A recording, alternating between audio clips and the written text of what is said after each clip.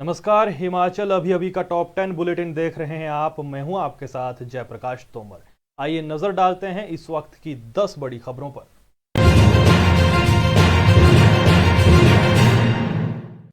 मुख्यमंत्री जयराम ठाकुर ने सदन में अनुपूरक बजट पारित करने का प्रस्ताव रखा। हिमाचल प्रदेश विधानसभा के सदन में मंगलवार को वित्तीय वर्ष 2020-21 के लिए 9,125 करोड़ रुपए का बजट पारित किया गया। हिमाचल में कोरोना काल में सरकार के खर्चे बढ़ गए हैं।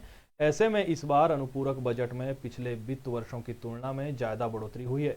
इस चालू वित्तीय वर्ष का कुल बजट व्यय करीब 58,256 करोड़ रुपए हो गया है।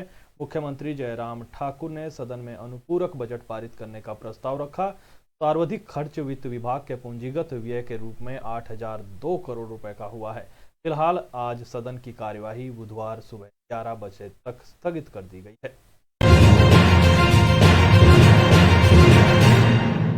अगली खबर का रुख करते हैं। हिमाचल विधानसभा के घटनाक्रम पर पूर्व सीएम वीरभद्र सिंह का बयान सामने आया है। उन्होंने कहा कि सत्ता पक्ष और विपक्ष सरकार चलाते हैं और देश प्रदेश के लोगों की अपेक्षाओं पर खरा उतर सकते हैं। ऐसे में विपक्ष के लोगों के साथ दुश्मनों जैसा व्यवहार नहीं किया जाना चाहिए और उनकी बातों को इतना तूल नहीं देना चाहिए, क्योंकि विपक्ष का काम सरकार की कमियां निकालना होता है।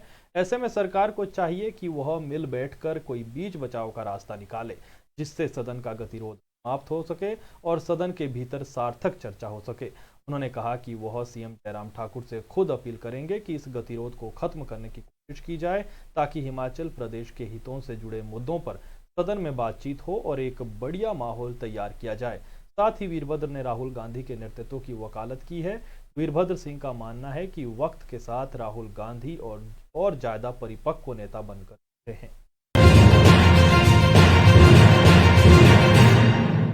बजट सत्र के तीसरे दिन मंगलवार को भी हिमाचल प्रदेश विधानसभा के मुख्य गेट पर विपक्ष के निलंबित 5 विधायकों का प्रदर्शन जारी रहा। प्रश्नकाल शुरू होते ही कांग्रेस विधायक सुखविंदर सिंह सुक्खू खड़े हो गए। उन्होंने सत्र के पहले दिन हुई घटना पर कहा कि भाजपा के सदस्यों ने ही माहौल को ऐसा बनाया। उन्होंने नेता प्रतिपक्ष और अन्य कांग्रेस विधायकों के निलंबन को खत्म करने का अनुरोध किया। इसके बाद कांग्रेस विधायक आशा कुमारी ने भी इस घटना के लिए संसदीय कार्य मंत्री और विधानसभा उपाध्यक्ष को भी बराबर का कसूरवार ठहराया। विक्रमादित्य सिंह तो उपाध्यक्ष हंसराज की सीट तक आ गए। विधानसभा उपाध्यक्ष हंसराज और विक्रमादित्य सिंह के बीच काफी ज्यादा गहमा गहमी देखने को मिली। उधर सीएम जयराम ठाकुर ने भी विक्रमादित्य सिंह के व्यवहार पर आपत्ति जताते हुए इसे अनुचित बताया।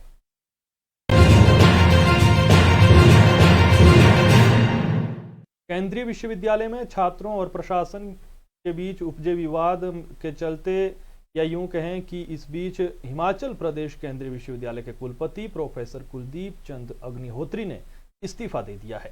हालांकि प्रोफेसर कुलदीप चंद अग्निहोत्री का कार्यकाल फरवरी 2020 में ही पूरा हो गया था, लेकिन कोरोना के कारण नए कुलपति की नियुक्ति ही नहीं हो पाई थी। ऐसे में प्रोफेसर कुलपति चंद अग्निहोत्री के कार्यकाल को 1 साल तक बढ़ा दिया गया था। उधर चर्चा है कि प्रोफेसर कुलदीप चंद अग्निहोत्री को किसी दूसरी जगह नियुक्ति मिल सकती है।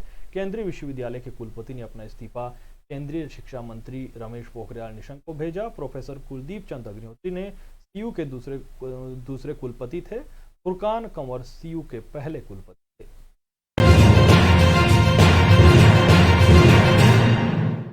छठे राज्य वित्त आयोग के अध्यक्ष सतपाल सिंह सत्ती ने आज केंद्रीय पेट्रोलियम मंत्री धर्मेंद्र प्रधान से दिल्ली में मुलाकात की।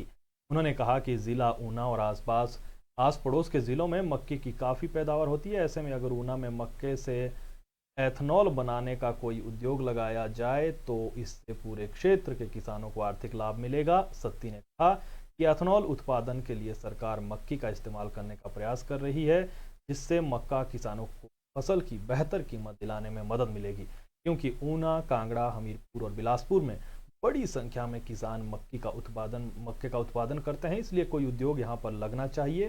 सत्ती ने ऊना की कई और जरूरतों से भी पेट्रोलियम मंत्री धर्मेंद्र प्रधान को अवगत करवाया, जिस पर केंद्रीय मंत्री ने संभव मदद का आश्वासन।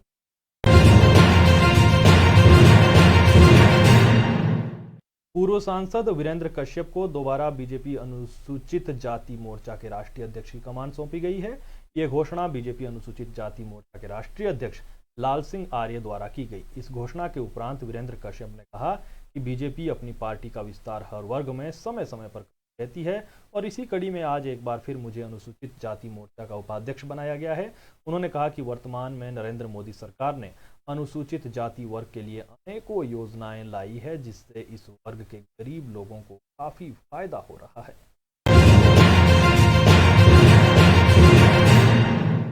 हिमाचल में कोरोना के आज 23 नए मामले सामने आए हैं। पिछले 24 घंटे में 29 लोग रिकवर हुए हैं, जबकि आज किसी कोरोना मरीज की मौत हुई।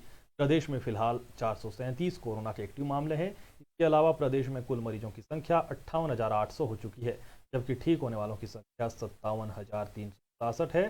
प्रदेश में कोरोना से मरने 83 तक पहुंची।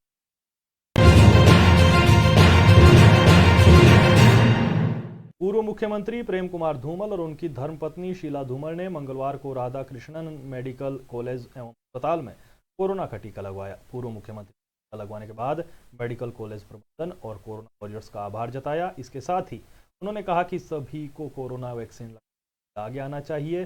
पूर्व मुख्यमंत्री ने कहा कि लोगों को टीकाकरण के लिए स्वेच्छा से आगे आना चाहिए और इस महामारी के प्रसार को रोकने में अपना बहुमूल्य योगदान सहयोग करना चाहिए। तो कहा कि कोरोना वैक्सीन का टीका लगाते वक्त उन्हें दर्द का कोई एहसास नहीं हुआ, पता ही नहीं लगा कि टीका भी लग गया है।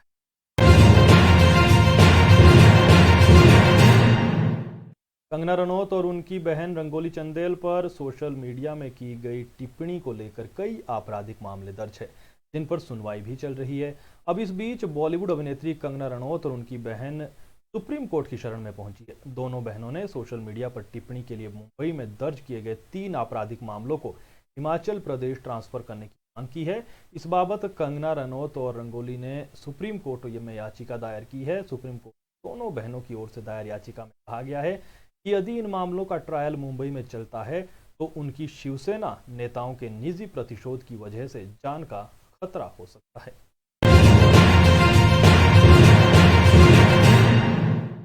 और अंत में बात गुड़िया मर्डर की। बहुचर्चित कोटखाई गुड़िया मर्डर केस में फिर से सुनवाई मंगलवार को double bench court justice Anoop Chitkara की अदालत में हुई।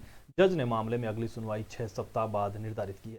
और है कि गुड़िया के परिजनों ने सीबीआई जांच से पुष्टि जताई थी और मामले में फिर से जांच करने को लेकर कोर्ट में याचिका दाखिल की। मामले में मंगलवार को सुनवाई जज ने अगली सुनवाई 6 सप्ताह बाद रखी। आपको ये भी बता दें कि सीबीआई ने मामले में एक चिरानी को गिरफ्तार किया है, जो जेल में है, लेकिन परिजनों और अन्य संस्थाओं ने पुष्टि जाहिर करते हुए मामले में फिर से जांच के लिए कोर्ट में याचिका दायर की थी। हिमाचल सहित देश दुनिया की तमाम बड़ी खबरों के लिए आप बने रहिए। आपके स्वास्थ्य का प्रहरी श्री बालाजी हॉस्पिटल कांगड़ा हिमाचल।